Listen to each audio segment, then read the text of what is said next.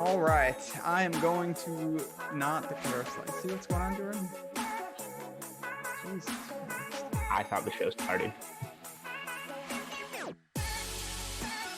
All right, I'm definitely going to declare us live as I do every Friday, 2:30, Awesemo.com betting show. We're going to focus on the NFL, but we're going to get in some NBA talk. I'm going to talk some US Open. I don't care if anyone else wants to. I'm excited. We're going to close out the week in style here. Ben Rasa, Julian Edlow joining me as he always does. Happy Friday, sir. Happy Friday.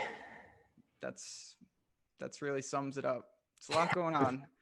These weeks are crazy, dude. Like I don't even know the days with NBA, MLB, and now getting ready for these NFL slates. And I don't know how golf's your main thing, so I get it with you. I don't know how other people mix golf or other stuff into all this, but it is Friday. Can confirm. It is Friday. That much we can confirm. It's just the way 2020 is. We got sports on sports. There's college football. There's other, people who are grinding baseball. More power to you. Thank God. I am not really dealing with that, but we're going to start today with the NBA playoffs. I wanted to talk a little about it. I know there's only a couple of teams left, but certainly there's a lot of drama left to unfold.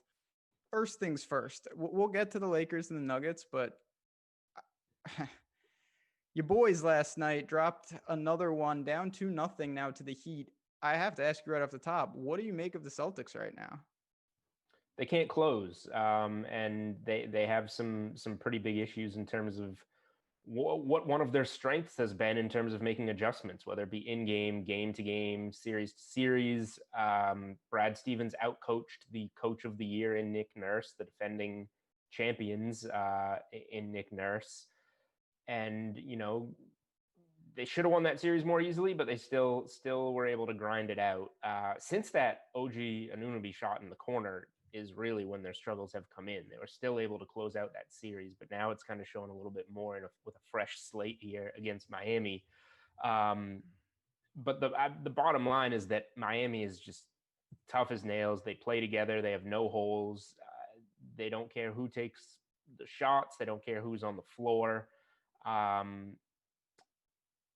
And the Celtics can't put together 48 strong minutes, or in the case of game one, 53 strong minutes. And if you don't do that against Miami, those minutes that you're not playing 100%, which was clearly the third quarter last night, blowing whatever they had, they had a 17-point lead in that game. And Miami was leading with like 4 minutes left in the third quarter. So apparently the locker room issue that was reported last night, and then the late night meeting with the four best players and Stevens, it has, helped smooth things over. But, Kyrie took a lot of heat for messing up that locker room last year, and the egos, even with Kemba, we've looked right past it all season, but they still seem to be a little bit of an issue. This should be Jason Tatum's team in the future. He's the best prospect, but is it right now? He thinks it is. He got like one shot in the fourth quarter. Smart takes on a leadership role that, he's good for, but he's not necessarily the type of elite superstar that can command that. Jaylen Brown's not being utilized to the best of his abilities. He's disappeared in this series. And Kemba obviously shot horrible in game one. So the Celtics need to figure out a game plan, it seems like, because I'm rambling here, and they just haven't. Is it this guy's turn? Is it this guy's turn? They need to play like the Heat and go where the matchups dictate. And when Miami plays that zone, they completely stifled them last night. Brad Stevens, make a plan, players stick to the plan, and then it's easy to close out a 17-point lead. It's been shocking. Listen, I mean, this Heat team only lost one game, and that was honestly a game that they easily could have won in overtime. I believe it was game four. Yeah, game Milwaukee. 4 against Milwaukee. So we'll see. Looking at the odds as we do on the show via Odd Shopper, we got the Celtics at plus 300-ish to win this series. Before we go to the Lakers and the Nuggets, I have to ask you, do you think they can win 4 out of 5 here? I think that they can. I would probably want a little bit better than plus 300. And I think that plus 300 number is like that because it's still factoring in that Boston was like a minus 130 or so favorite to begin the series. Whereas if you reassess, it looks like Miami should be that minus 130 favorite, and the current price should be more like a plus 400 or whatever. So I don't think there's value on the price, but I do think that they can come back and win the series if they make the appropriate uh, adjustments. But it's hard not to like Miami, just given they don't make mistakes, and they keep their foot on the gas for the entire game. Uh, it's just going to be really hard not to allow them to win 2 of the next 5 games. So you got to like Miami at this point. Yeah, I mean, it's a spot that I'm not really touching. I may bet the Celtics in game 3. They've been a slight favorite in these games. I think it'll be similar to that. Maybe it drops a bit to around a pick 'em, but I don't think Boston's dead and buried yet. They do need to find some answers, and Brad Stevens is always regarded as a top end coach. He needs to make some adjustments because they have the talent. There's no doubt, but Miami is playing fantastic, and they really seem able to kind of counter anything that Stevens has done so far. So we'll keep an eye on it, but we have to, first of all, listen on this show. We get some things right. We get some things wrong. There was one thing that I was certain I would not get wrong, and I think you would agree. When we left the show last time, we said it's not a matter of if the Battle of LA begins, it's just when. Since then, the Clippers have not won anything. They've been swiftly eliminated, and they just gave up in game 7. That was pathetic. Did we do this? Was the last show right before game 5? Yes. It was. Okay. Yeah. So right when things got bad. They've had a bad week. Stunning puts it mildly. I cannot believe it, but this Nuggets team now heads into trying to complete the LA sweep. They're a sizable dog in the series. They're a sizable dog tonight. What do you make of Denver? Do you see anything that kind of piques your interest in this Western Conference Finals? So both teams, the Lakers and Nuggets, have been pretty bad early in series. So I think this is going to be, it's tough to, like a lot of game ones, you want to wait and see what it looks like and then maybe bet the rest of the series. This one could come out to a slower start, and the Lakers and Nuggets have both been playing better, as the series have progressed. The Nuggets, obviously, that's how you come back from 2 3-1 holes. From a Denver standpoint, I think that where their confidence is right now is kind of key. They think they can play with anyone. They've proven that, and yet they're still pretty sizable dogs. So I trust the Lakers to not take to number one, not take Denver lightly for what they've done so far and probably win this series in like 6 games. And number 2, to not blow the opportunity in front of them, because this is obviously shaken out to be a very favorable situation for Lakers to win it all tickets.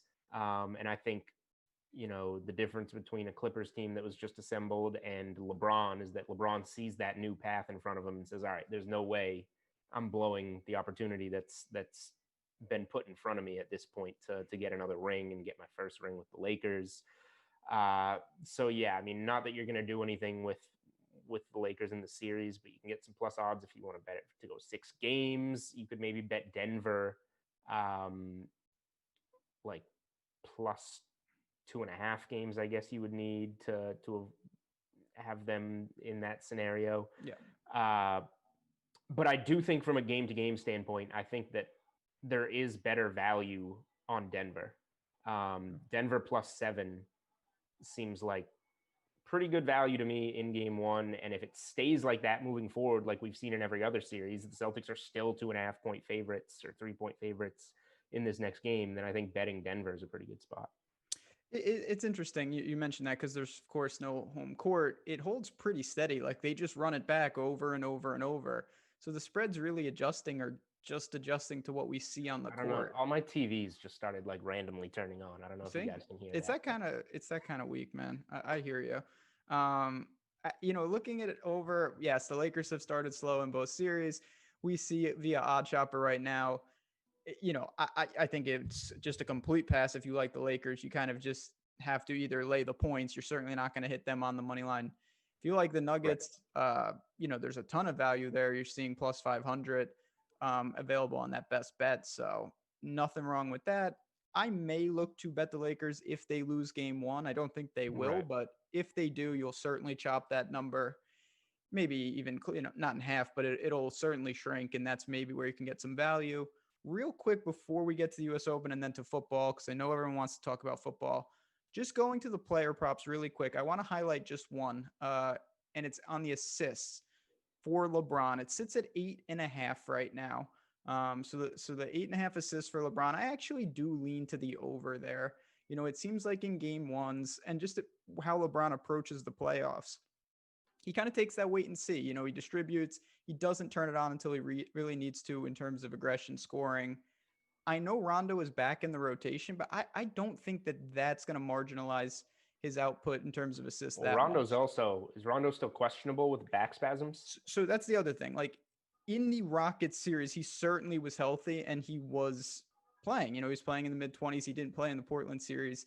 LeBron was averaging north of 10 assists in that Blazers series. It dissipated to about 7.5 for the series with the Rockets. I think we see this climb possibly again towards 10 and sitting minus 110 on both sides. I hit this morning. It was actually plus for the over, so it is moving my direction. I think LeBron broaches, 10 north of 10 assists tonight.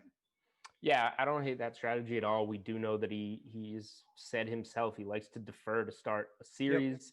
Yep. So I was just looking up his game one assist numbers. He had 16 against Portland in that loss, which is very nice. 7 against Houston. So he's 1-1 to the number, but the over hit in a pretty big way when he did get it. And you look at I mean, in general, just that Houston series, he was pretty limited from an assist standpoint. He only went over 8.5 twice, getting 9. So maybe it was that matchup and how it's set up, because Portland, 16 in game one, he had 10 assists in the last 2 games of that series. But I think this is more, like you said, about game one. And I think the real edge comes in if Rondo gets ruled out. That would be huge. I think that makes it an easy over for me, whereas I would be kind of on the fence with it at this point. And player props in the NBA for me in general, like, what's the best way to say this? I like to get cheap wins in NBA player props. Like, I don't want to make myself out to be like, oh, I break down all these numbers and I'm an amazing player prop better. No, I take the cheap wins. Like when somebody gets ruled out that really helps get a huge edge in something, that's where you make your strongest plays. So if Rondo is ruled out, I'm totally on board with you. On the fence if he's not. I did bet one player prop last night. I bet Dragic over 18.5 points just because the matchup with the Celtics and his role in the playoffs has been really working for him, and that did great. Hit. But that was almost a rare player prop for me where I just straight up went on the numbers versus going on, all right, this guy's out, there's an edge here now because of that. Fair enough. And listen, we will wait and see how these series develops. They're, it's game one. So one of the other things that I do is just, and I'm not saying the books really overreact, but sometimes there is just too much. I remember when people were talking about, are the Lakers going to get swept against the Blazers at one point? They did not get swept. In fact, they were just fine. So I think let's not get crazy. I'm not going to put too much into the first game. We will wait and see. And I think LeBron is, he's got so much experience. It's not a surprise. He's the best at that. It's game one of possibly 7. Let's not overreact. And that's why I think he defers more often than not. And you see those assist numbers, but let's move on. We're going to bridge the gap with a little US Open talk. They are in the midst of it right now. Yesterday, my Twitter feed was full of people complaining that the course was too easy. This isn't a normal US Open.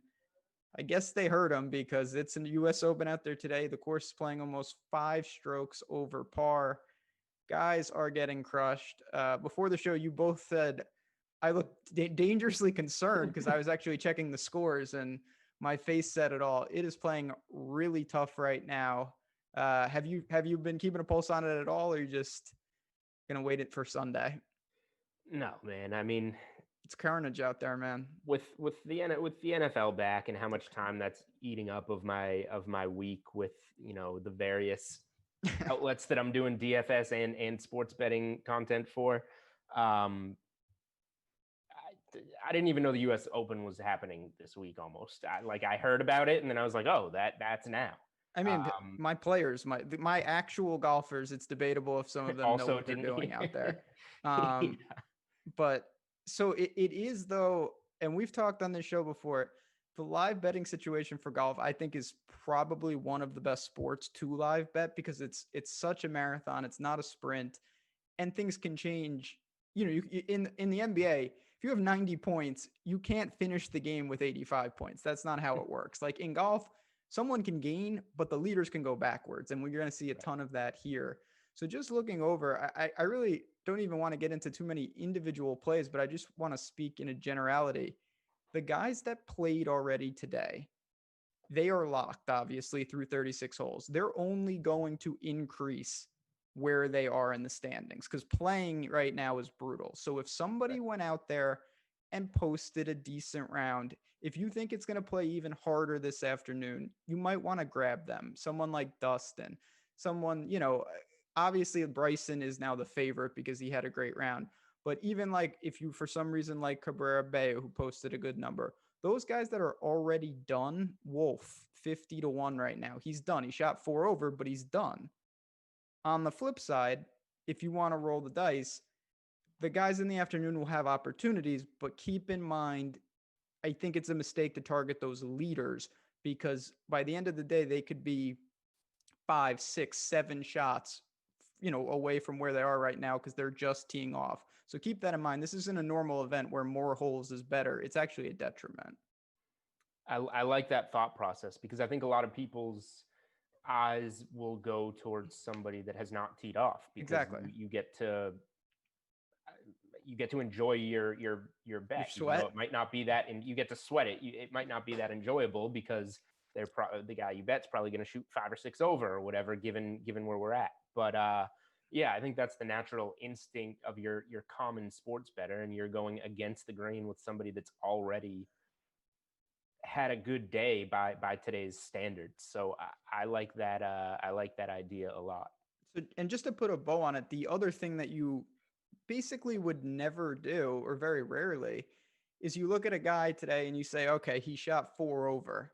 Let me bet him now. Like, because if somebody normally does that, they're dropping so far down, it's really not a spot to attack. So it just feels weird to see someone who was done today that shot 74, 75 and add a position to them. But in this tournament, that is okay. They're in position. If you're a couple over par, if you're hovering around even par, you might be only a couple shots off the lead going into the weekend. And your numbers aren't going to possibly be there because right now there are guys that are 5 under. And could they open it up? I guess it's just very difficult to think that Reed and JT, even though I certainly like those players, there's a lot of opportunities for them to come back to the pack. So don't be afraid to reach for a guy that is particularly done, and see if we can do that. So that's where I'm at with the U.S. Open. We will keep you posted. Obviously, in Slack, we'll be talking a lot of picks. If someone comes up, I'll have an article posted, and we will see what we can do there. But I tell you, Julian, you're missing Sunday in between, maybe at halftime. You check out a couple holes. It's getting a little dangerous out there. If I wind up watching golf on Sunday, it means that the NFL picks that I'm about to talk about have gone terribly wrong, and I'm in an awful space. But I do have one question for you. Please. So like there's so many sports going on right now. Like a lot of people are going to be watching NFL on Sunday that maybe even bet on golf because they're betting on football too. Like, do you think that golf is a sport that you have to watch to bet well? Because I'll just give you quickly, I'm watching all football and basketball right now, essentially.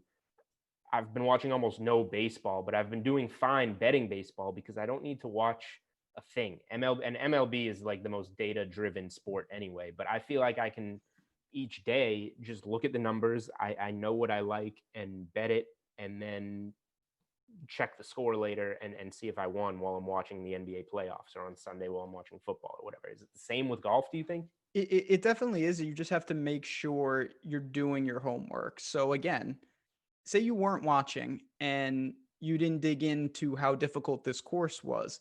You might go to the scores and say, oh my God, my guy shot 3 over today, or I'm not betting this guy, he's terrible.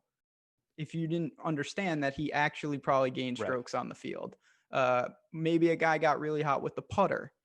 That's not the best sign in the world. You're probably going to need some really good ball striking to take this down ultimately. So you definitely don't have to be watching, but if you're not, just like baseball, you want to at least make sure you're doing your due diligence and breaking down those numbers.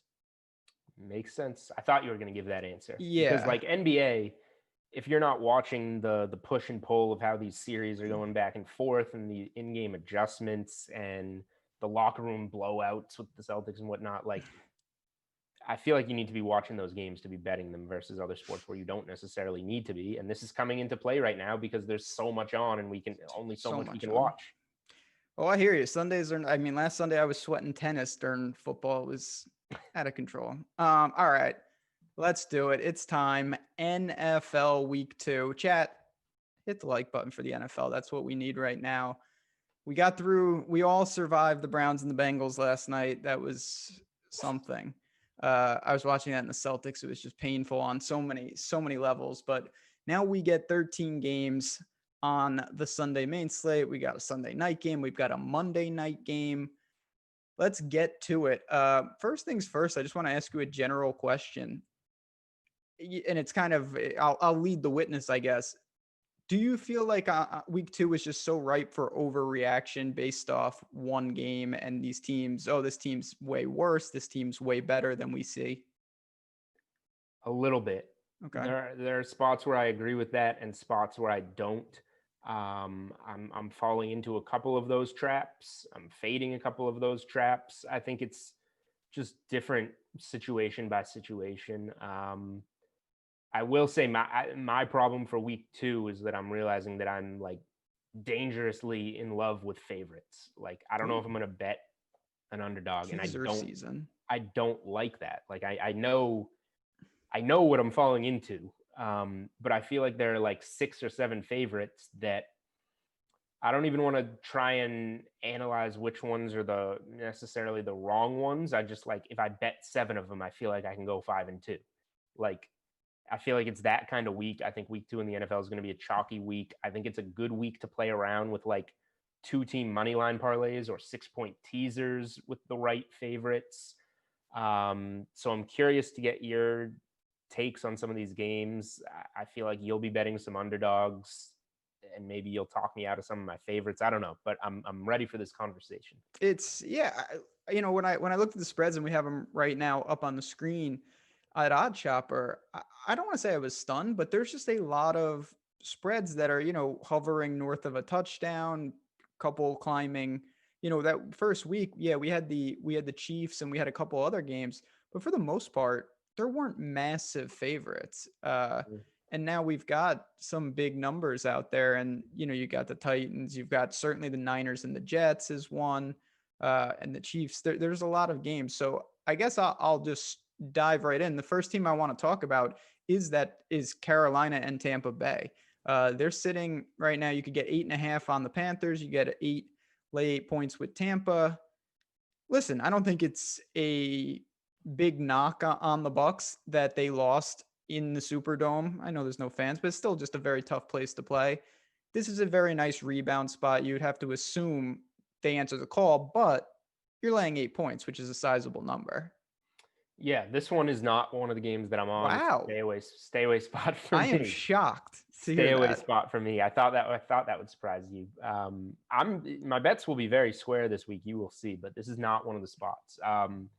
Neither team showed me much in week 1. Weird call from the Panthers, like not going to CMC on 4th down. They did not target him much in the passing game, but they still put up points. But I just hate the Raiders this year. The Raiders. Other than maybe that running game, they stink. So yeah, Tampa. I like Tampa to bounce back for sure. Mm-hmm. One of the things that, and I was on Tampa plus the points and didn't get that one in week 1.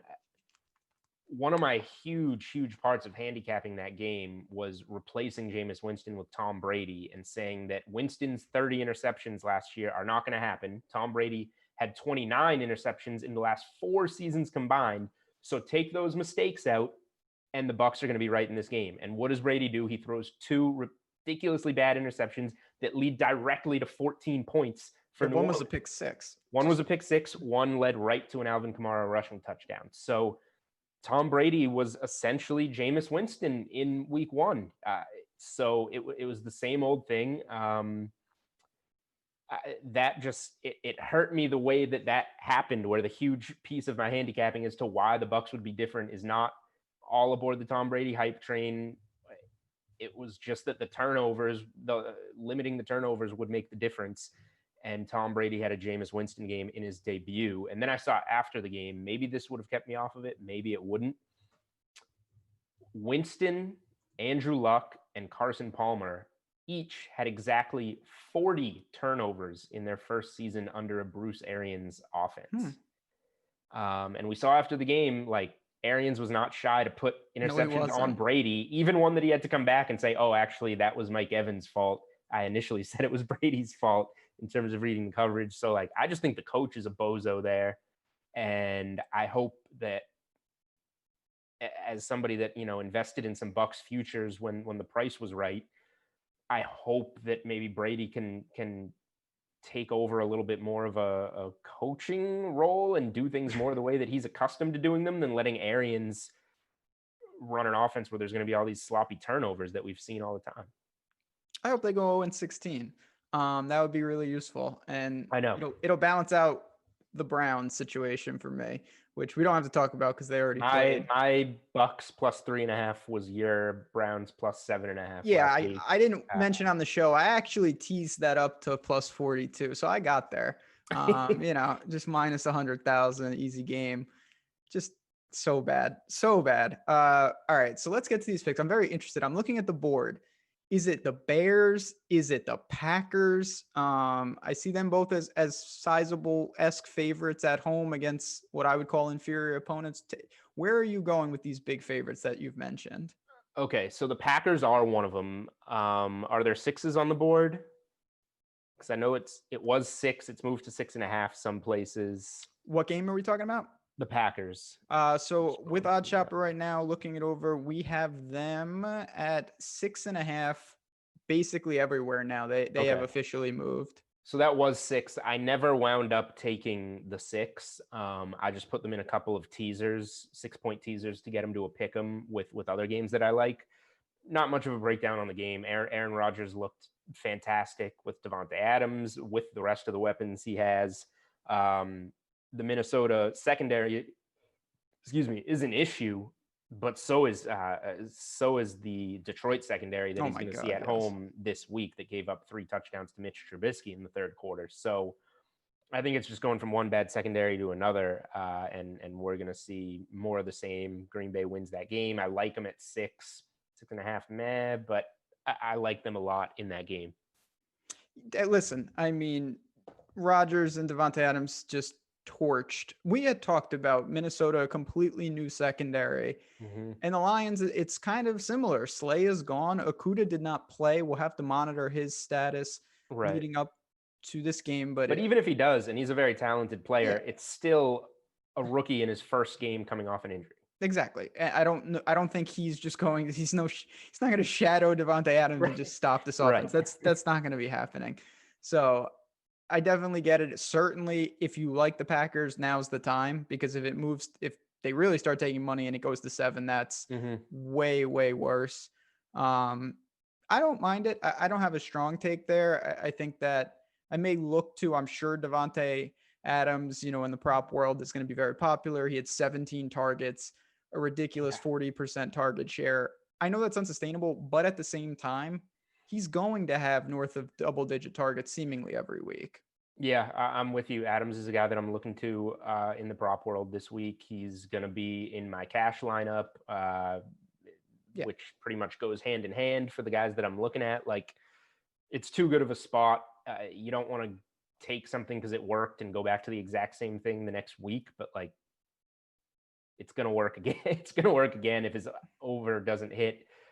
It's because he was just unable to get on the same page with Rodgers and caught like 4 of 11 targets somehow, or gets banged up and has to leave for some of this game. Like I don't see any other reasons why they're not gonna be feeding Adams. But going along with more of these games, like obvious spot. 49ers -7 against the Jets. I've already taken this one. I took it at 6.5. Great to be on the other side of that touchdown, not to push it at 7. But what do you want me to say? Like the Jets looked awful last week, and Crowder had 7 catches for 115 yards and a touchdown and just got ruled out. The wide receivers, the other two wide receivers are Brashad Perriman and Chris Hogan. They combined to catch 4 of 9 targets for 17 yards last week. So those are going to be the 2 starting receivers. Le'Veon Bell's out.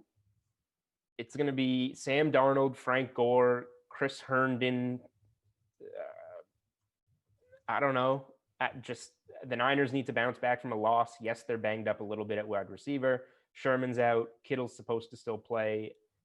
The running game is going to jam it down the Jets' throat. The Niners are going to win this by at least 7 points. I was extremely disappointed with San Fran last week. I know Kittle a little banged up, but this is just a situation where they should get back to what they do. Tevin Coleman is going to rejoin. Not that he didn't play, but he was limited. They will have their full running back stable, and they will have their defense that will travel. Sam Darnold and the gang. I mean, the Jaguars immediately vaulted them in the worst team rank. Like the Jets are now off to a ridiculous start in that race to be the worst team in the league. And I don't know if anyone can catch them. They don't have the personnel to do much. One of the lowest implied totals on the slate. -7, -105. Obviously, I would rather have 6.5, but I don't even mind looking and just laying the straight touchdown on the road. I do think the Niners, famous last words, but it would be inconceivable to me to see the Niners fall to 0-2. Of course, could they not cover? Yeah, but I do think I would have to lay the points. Hard to back the Jets right now. You can't back the Jets. It's either Niners or nothing. And I think it's a fair number for the Niners. Not like if San Francisco had converted a winning touchdown on that last drive against Arizona, not that they would have covered, but had they won that game, like, is this more? Is it 8 or 9? Just because they won, maybe. Yeah, I mean, I think, and it is worth noting, Chap pointed this out, and it's true. San Francisco is a little banged up defensively. Richard Sherman, I believe, went on IR, but at the same time, I think that's going to become more of a factor when they play some teams that can exploit those situations. The Jets are not that team. Rashad Perriman and Chris Hogan are not going to make you miss Richard Sherman. If I'm wrong about that, I don't know what you want me to do, but I don't think I'm going to be wrong about that. So go ahead. No, I was just going to ask you about a different. So you have anything else on that game? Because I have one. I want to go to the other New York game at some point. Not really, other than, like, once again, I think a lot of teasers and money line parlays are in play this week. So, like, just for the 2 games I've talked about, a Packers Niners money line parlay is like -120 range. That's a pretty good price right there. And then I have a few other teams that I'm willing to, mix and match in those as well that we can keep getting onto. But let's stick with New York for right now. Go to the Giants, and then we can go to some other games. Yeah. So just looking at this Giants Bears game, spread wise, we see it at 5.5. For the Bears, of course, at home, they escaped. Mitch Trubisky late was very good. Early, he was god awful, but they did get a win. And the Giants just drew a really tough matchup. I think it's pretty recognizable that the Steelers defense is going to be one of the best in the league. They were all over Daniel Jones. He had no time. Saquon, he could have had 100 carries and he may have not broke 100 yards. He could not do anything. Chat right now is talking about some Saquon props. I don't mind him finding the end zone here. I know the Bears still have a good front, but I do think this is an improved matchup for a Giants offense.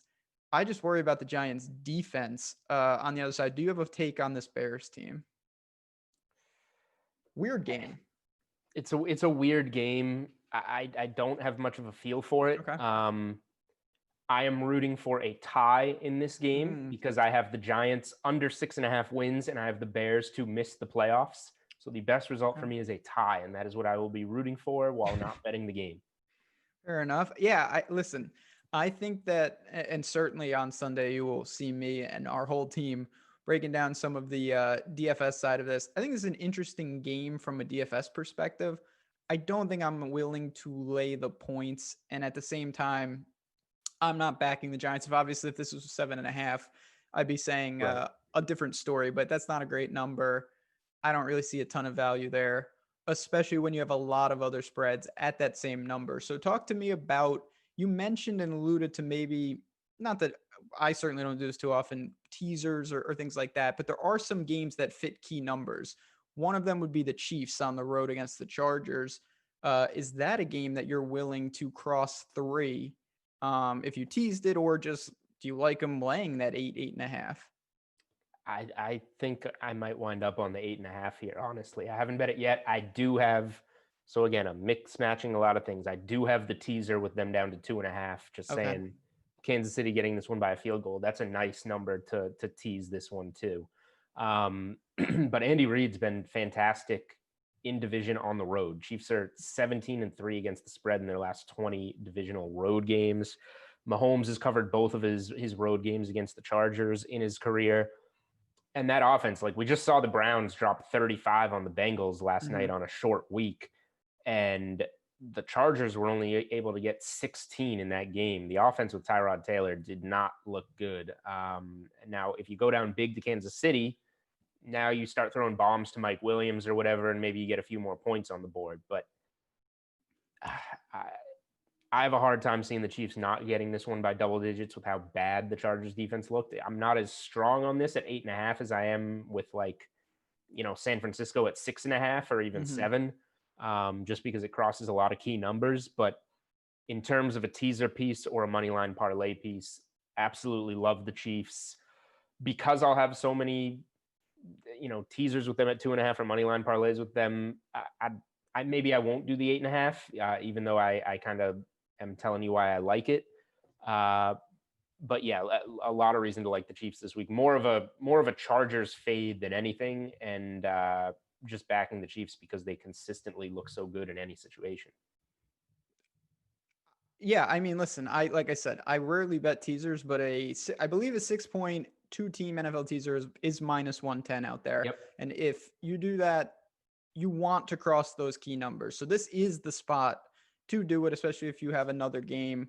I don't mind it. I do think that the way the Chiefs offense is constructed, we know how good they are. And I was stunned that Austin Eckler was not a threat in the receiving game. I know that Tyrod is mobile, and I know that Phillip Rivers is the check down king.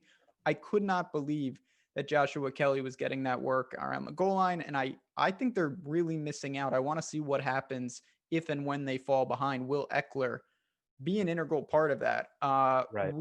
Real quick, we had a question from chat about Travis Kelce's reception prop. And the great thing about Odd Shopper is that you can search by player. That's honestly one of my favorite things about that. So if you go to that site and you go to player props, you can just type in Travis Kelce on the receptions and it pops right up. We have him at 5.5 across the industry, sitting about, minus 110 for the over, around plus 110 for the under if you shop it. So I could see him having a big game. He's going to be a problem. Derwin James is going to be missed in this game, as he's always going to be missed because he's really, really good. Anything else for this, or is this just I do think that's a sharp call by you identifying a possible spot for a teaser with the Chiefs here. Yeah, just to expand upon like the value on that. If you money line parlay the Niners and Chiefs, you're looking at around like minus 150.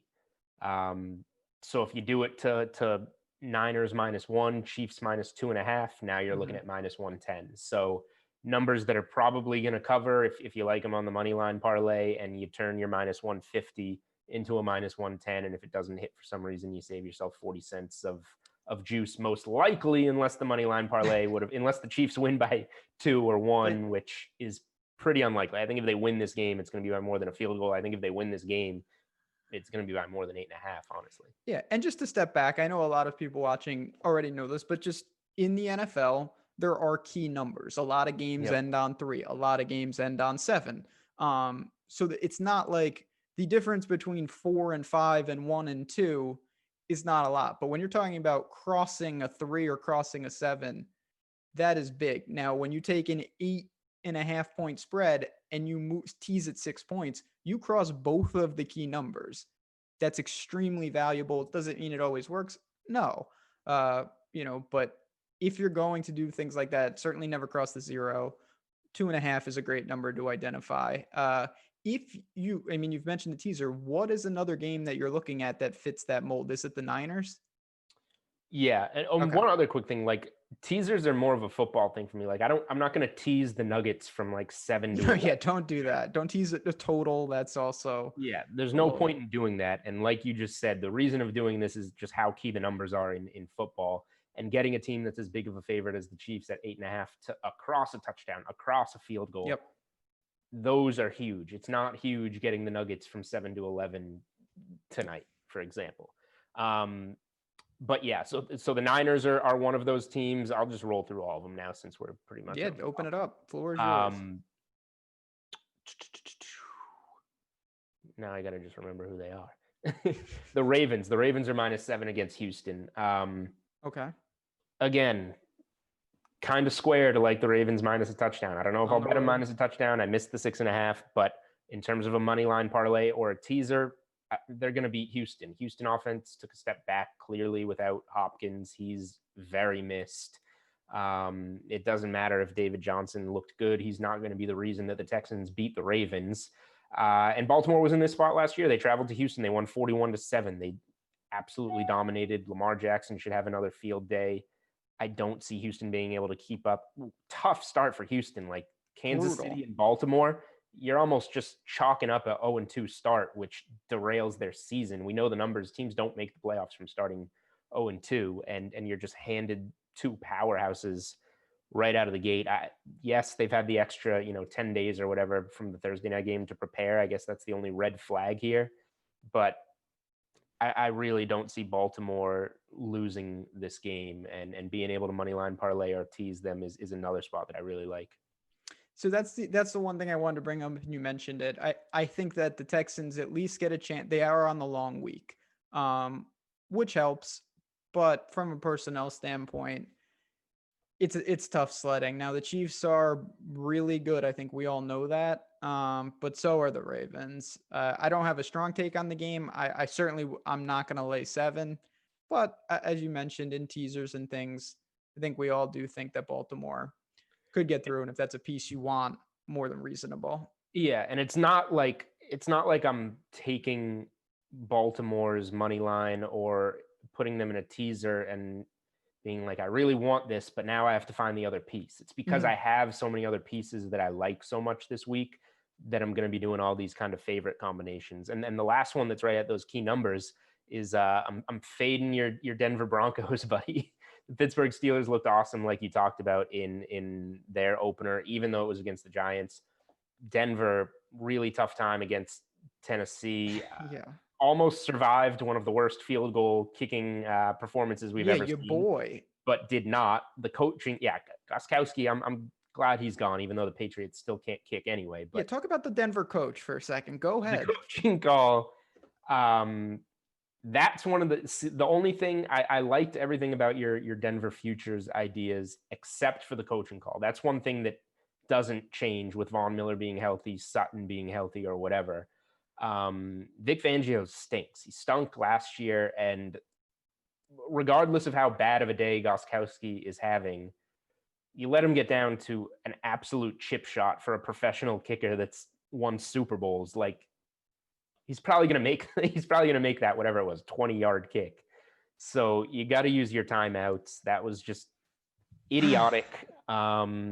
So Steelers, I would like it like 6.5. It's at 7. So again, a teaser piece, a money line parlay piece. And again, when I say these money line parlay pieces, I'm not betting these 5 teams in a giant money line parlay. Don't do that. Two, maybe 1-3 with my 3 favorite if I'm feeling crazy. But you want to round put robin action. Right. You want to put 2 of these together at a time. And if it doesn't, like I said, like if you're taking the Chiefs in one and a money line parlay is -150, then just tease it to get yourself that -110. But yeah, the Steelers at home against the Broncos, pretty strong looking spot to me. So, a couple things. First, I always have at least one rant during every show, and this is going to be it.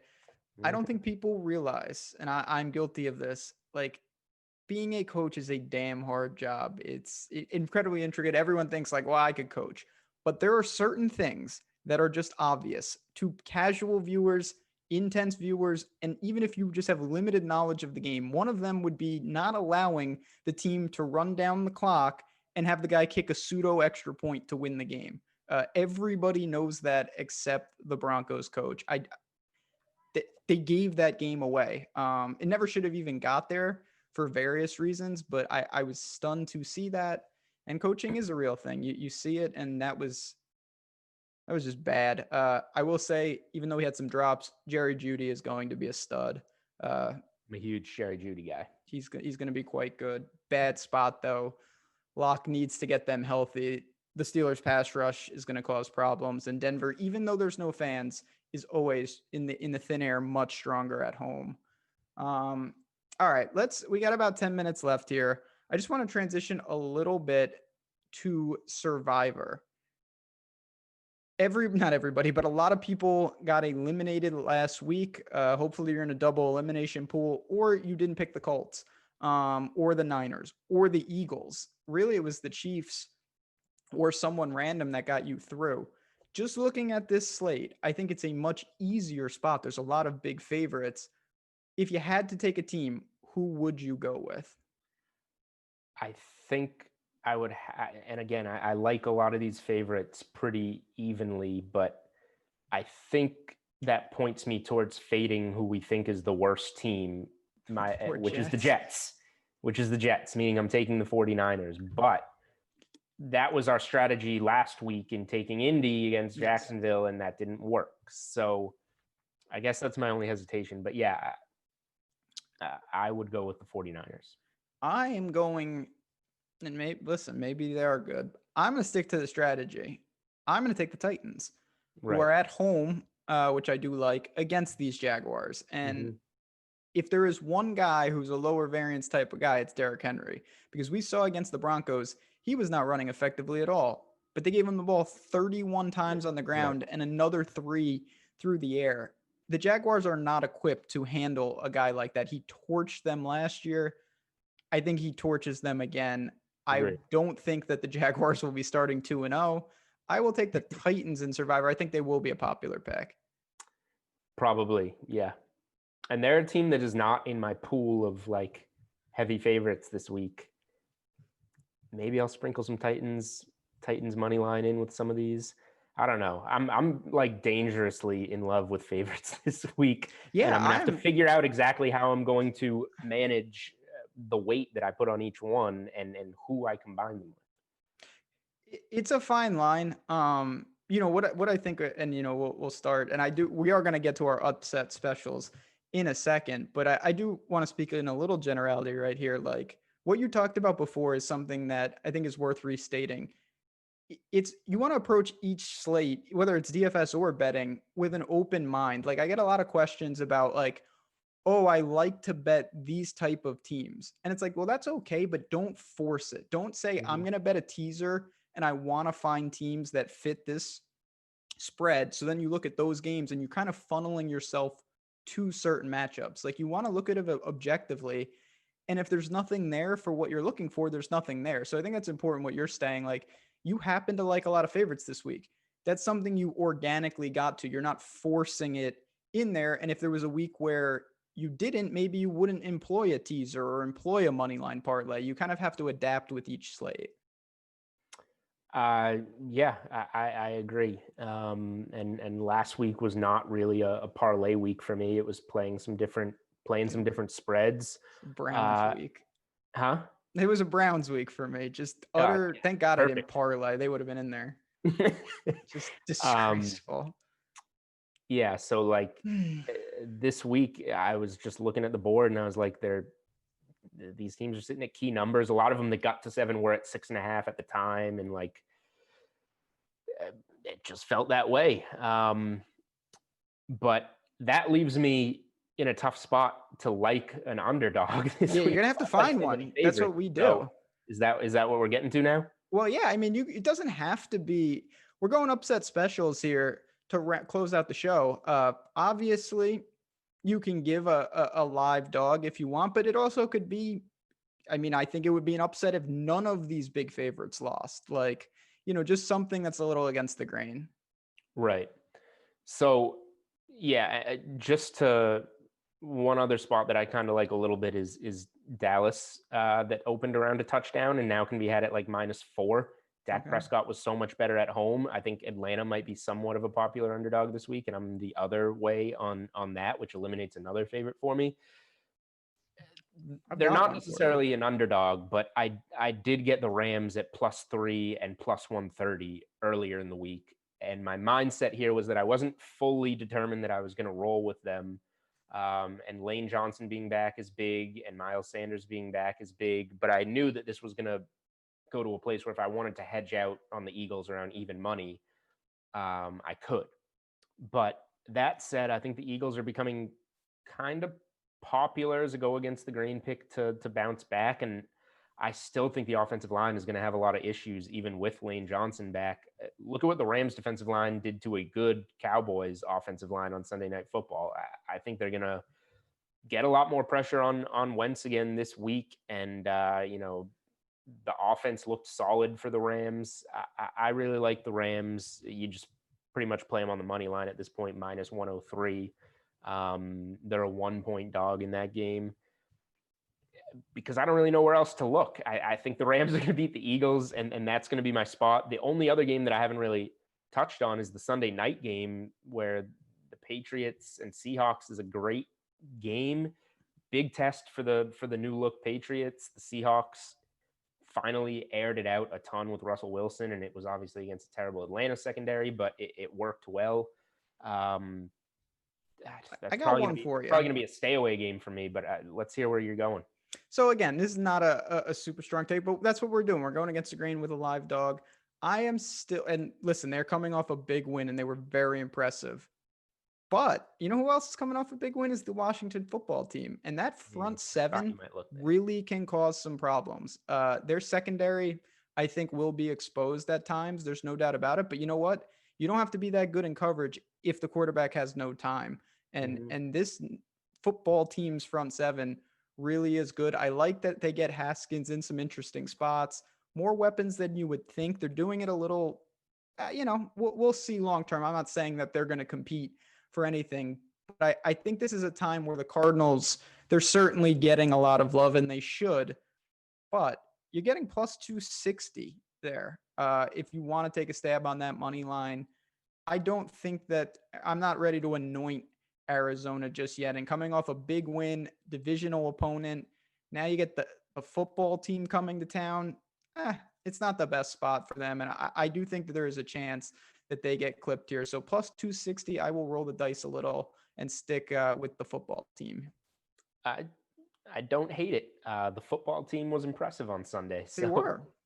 Arizona is, thought of pretty highly right now. So I don't hate that spot. Yeah, I just think that's the type of spread you were alluding to earlier. Mm-hmm. And again, they did win the game. So more power to them. But this would have been 3.5, 4 maybe, right, with slightly different outcomes. And now you're getting it close to a touchdown. I do think that they can get pressure on Kyler. And although Hopkins is a monster and they did look good, I'm not ready just yet to see them through to the playoffs. Yeah. And this is a good example of just like all spreads, all spots are not the same. Like Arizona did not stand out to me at all as one of the teams that I'm teasing down to 1 or to a pick 'em or putting in any of these money line parlays. It was the other spots that stuck out to me, and it just so happens that there's a lot of them. So if you don't want to bet a dog, like if you don't want to bet the Rams, which is the only team that's barely even an underdog that I would consider, those 5 teams that I like a lot, the Ravens, the Chiefs, the Steelers, the Packers, the 49ers, don't make a 5-team parlay, which is right around plus 300.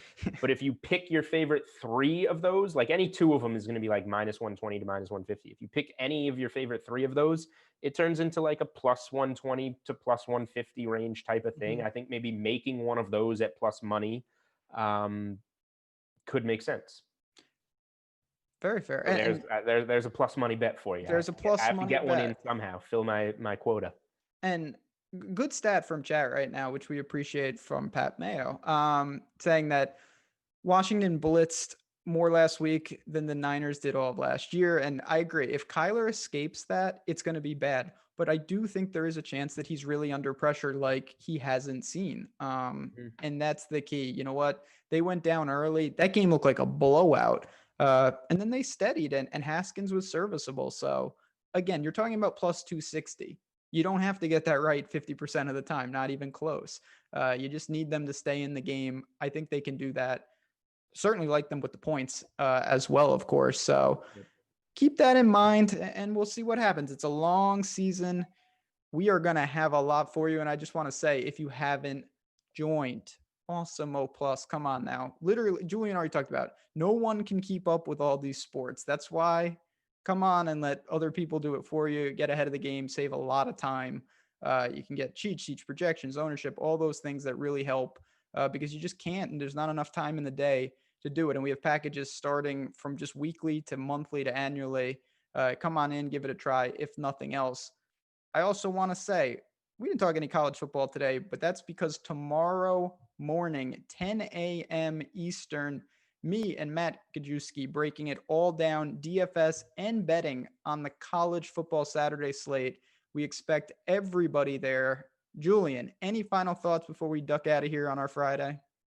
Go favorites. Go favorites. On that note, we will be back next week, same time, same place, breaking down week 3 of the NFL and much, much more.